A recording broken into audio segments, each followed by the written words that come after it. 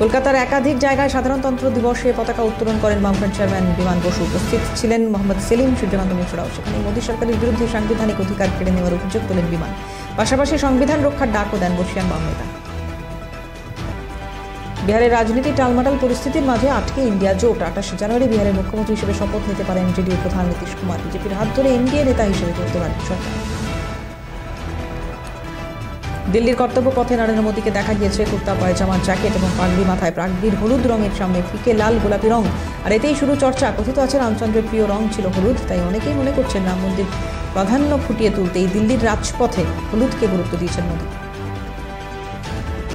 নীতিশ জল্পনায় মুখ খুললেন মমতা বন্দ্যোপাধ্যায়। একসঙ্গে লড়লে বিহারে 5 থেকে 7টার বেশি আসন পাওয়া যেত না। নীতিশ বিজেপির হাত ধরলে ইন্ডিয়া জোটের ক্ষতি হবে না বলে ইঙ্গিতপূর্ণ মন্তব্য মমতা বন্দ্যোপাধ্যায়। নীতিশ কুমার এনডিএ জোটে ফিরলেও তাকে মুখ্যমন্ত্রী পদ ছাড়তে নারাজ বিহার বিজেপির একাংশ। সেক্ষেত্রে মুখ্যমন্ত্রী হওয়ার দৌড়ে রয়েছেন প্রাক্তন উপমুখ্যমন্ত্রী রেণু দেবী। বৈবাহিক সূত্রে তিনি পশ্চিমবঙ্গের হাওড়ার বোমা। মাত্র 9 মাস হয়েছে বিজেপি ছেড়ে কংগ্রেসে গিয়েছেন কর্ণাটকের প্রাক্তন মুখ্যমন্ত্রী জগদীশ শেট্টার। ইন্ডিয়া জোটের অনিশ্চিত ভবিষ্যতের মাঝেই ফের ভাঙনের ইঙ্গিত দক্ষিণ ভারতে।